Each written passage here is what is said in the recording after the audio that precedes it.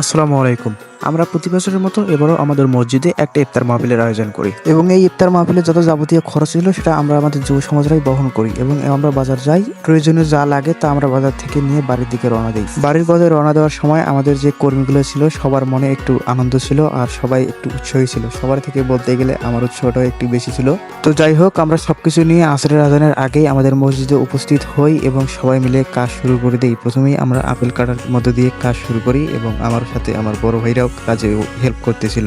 আপনারা এদের মুখ দেখেই বুঝতে পারবেন সবাই কাজ করতে কতটা আগ্রহী এবং খুশি, আর সবার মনের মধ্যে একটা অন্যরকম আনন্দ কাজ করতেছিল।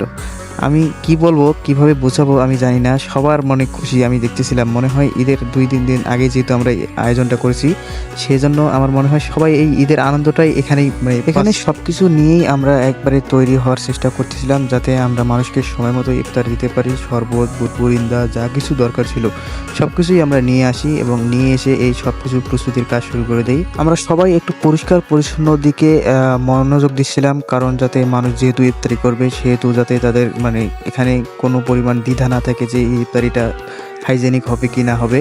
এর জন্য আমরা সবাই একটু পরিষ্কার পরিচ্ছন্নতার মেনটেনিটি রাখছিলাম। আর এই দেখতে দেখতেই আমাদের সময় প্রায় আর 30 মিনিট বাকি ছিল। আর এই মুহূর্তে আমরা এখানে মসজিদের ভিতরে অল টাইম প্লেটের মধ্যে ইফতারি আইটেম দেওয়া শুরু করে দেই। আর ইফতারি আইটেম যখন দিছিলাম তখন আমার মনে খুব একটা আনন্দ বিরাজ করতেছিল। আমার মনে বললে ভুল হবে, সবার মনেই।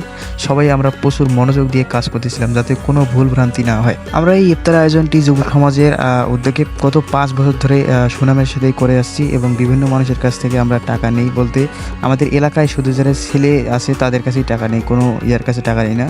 আর অনেকজনই আমাদেরকে খারাপ মন্তব্য করে আমরা নাকি পেট পূজা করি হ্যান ত্যান।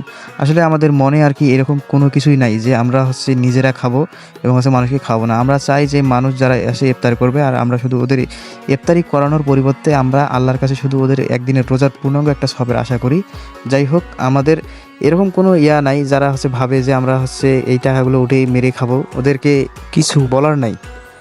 যাই হোক, আমরা সবাই আর কি প্রচুর মনোযোগ দিয়ে কাজ করি। আর মসজিদের ভিতরে অলরেডি মানুষ আসা শুরু করে দেয়। আমরা ইমাম সাহেবকে বলি একটু মসজিদের মাইকে ঘোষণা করে দেন যারা যারা ইফতার করবে তারা তারা যেন একটু মসজিদে আসে। যাই হোক, অলরেডি আমরা আর কি প্রায় ইফতার দেওয়ার কাজটি সম্পূর্ণ করার শেষের দিকে আসছি। আর এই সময় অনেক মানুষ আর কি মসজিদের ভিতরে আসে। আর আমার ভাই, বড় ভাই, বন্ধু, ছোট ভাই যারা আছে এখানে প্রচুর পরিশ্রম করেছে, সবাইকে আমি ধন্যবাদ জানাবো আমার মন থেকে এবং আমি চাই আল্লাহ যেন আমাদের এই মহৎ কাজটি কবুল করে নেয়। যাই হোক, ধন্যবাদ। ভিডিওটি ভালো লাগলে লাইক, কমেন্ট, শেয়ার করবেন আর আমাদের জন্য দোয়া করবেন যাতে ভবিষ্যতে আমরা এরকম আয়োজন করতে পারি। ওকে, আল্লাহ হাফেজ।